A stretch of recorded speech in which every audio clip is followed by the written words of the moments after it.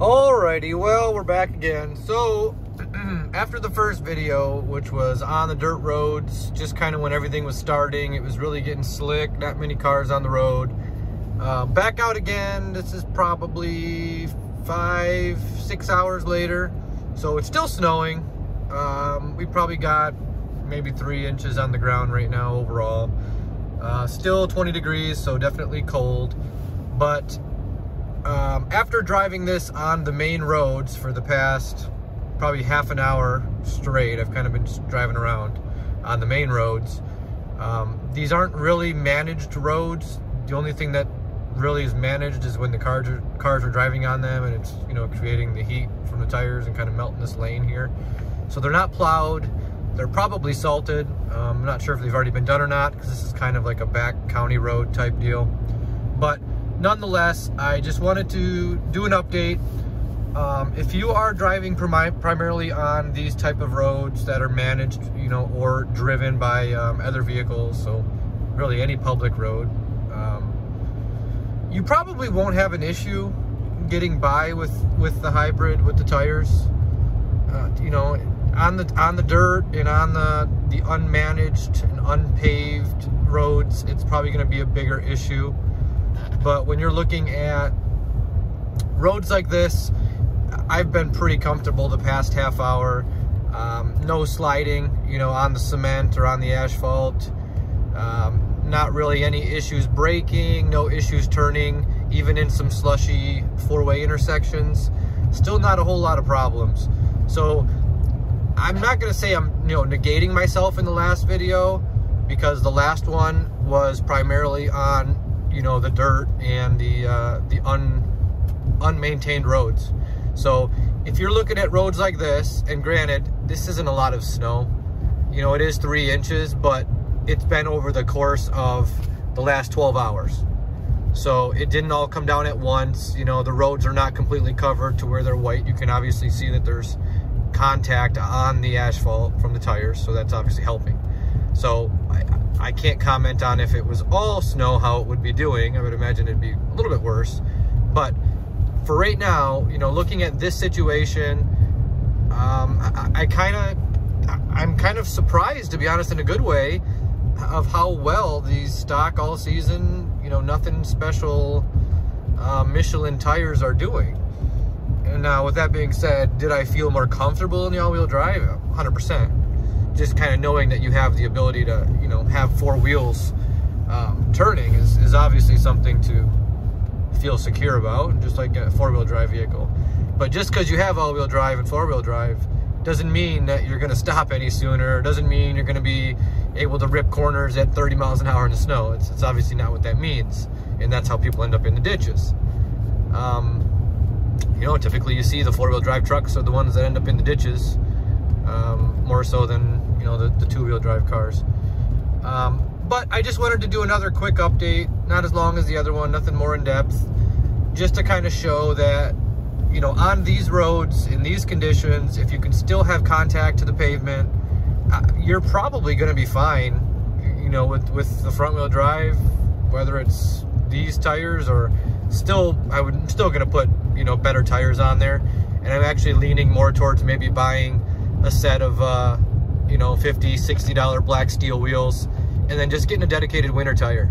And winter here is about half the year, so 6 months I'll run those, and then the other 6 months I'll run the, you know, the all seasons, just to kind of, you know, keep the life of them, you know, higher. I mean, yeah, it's 2 tire sets to manage, but to me, you know, it's not a big deal. I'd rather have a dedicated set than really just getting crappy gas mileage all year round, because that's really the point of the hybrid. You know, you're getting the hybrid for the gas mileage. There's really no other reason for it. It less capable, less performance, can't tow as much. There's really no other point besides the efficiency aspect of it, which is why we got it. We typically drive 15,000, 20,000 miles a year, depending on, you know, where we're going, how many trips we take, etc. So for me, this was a key factor to get the hybrid. Now, I know some people are commenting on other places that I've posted the video, oh, you made a mistake, you should have kept the all-wheel drive. You know, would have been better. You get more for your buck and this and that. And, you know, obviously I said, well, and that's to each their own. For the, like I said, for the 10, 12 times that I'm going to be driving in this type of condition, I'll just avoid the dirt roads as much as I can. And really the only reason I drove them today was intentionally to make a video. So, you know, I don't live on miles and miles of dirt road where I have to drive them. So for me, it's a non-issue. I just want to give content to the people that are, you know, like me, wondering what the hybrid, how it performs. You can see all these driveways are just untouched. I would love to pull into a driveway, but I'm afraid I might get stuck. So I'm not going to do that. But to counter that, I mean, my driveway is not plowed at all. It's 4 inches. It's kind of on an incline. And I had no issues going up. I even stopped in the middle, and I was able to get great acceleration and great traction. So that's no issue at all. So I've been driving for the past 28 minutes, and I'll kind of show you here. With the hybrid, averaging 38 miles per gallon on the trip, 18 miles total, 5.4 of those were electric. You know, and then you get people like this in these front-wheel drive Focuses that come flying around 5, 6, 7, 8. There's probably 10 cars in front of me, so I'm not sure where he's gonna go. But maybe I'll end up in the ditch, who knows? But you just get, you know, the little bit of a confidence boost with the all-wheel drive. I wouldn't say don't buy the hybrid front-wheel drive. If you're out for the economy, I can't prove that you're gonna get better traction with the tires and you're not gonna worry about it. But I've had a front-wheel drive Malibu hybrid, which was terrible in the snow. And it was in South Dakota when I lived there. And they get a lot more snow than we do here. It would get stuck on an ice cube in the driveway. It was just a disaster to drive. Great car, 45 miles a gallon, you know, average. It was fantastic for cruising around, but terrible in the snow, terrible in the rain. It was just a not friendly car, you know, for 7 months out of the year there. I said, well, I really don't want to sell it because I like it. So I went out. It needed tires probably within the next year anyways. I said, screw it. I went, picked up some Goodyear Weather Readies, and, you know, I would consider them on this just because it's an SUV. Really, it's not really a truck per se. You know, it's an SUV size for tires. But I got those Goodyear Weather Ready tires, and man, did that make a difference. I felt like I was driving my truck, you know, in a 4-wheel drive auto setting. It didn't slip, it didn't slide. It just really, that tread just really made a big difference. So if it did that on a Malibu, which was also in hybrid with the CVT and all that, I'm 99% sure that even with, you know, this being different, it's going to make a huge impact. So I don't know if I'm going to do it this year just because I'm going to try to get life out of these tires and not just spend $1,000, you know, just for the heck of it.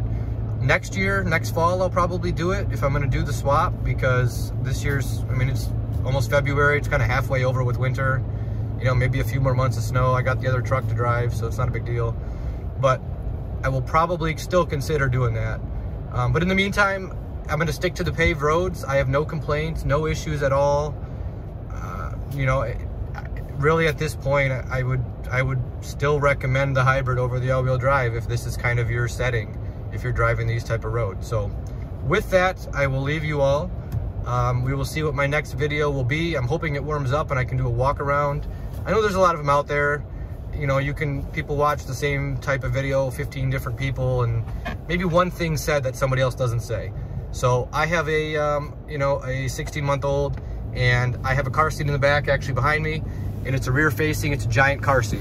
So I can actually, you know, expound on that with the amount of room, having a baby in the car, having somebody in the passenger seat. I can kind of show, you know, how much leg room you have, etc. This is a giant car seat, like I said. So, you know, maybe that'll help some people that have families that are kind of on the fence about it. And, you know, we'll see what happens. So for that, I will leave you all. Be safe, and we will talk to you later.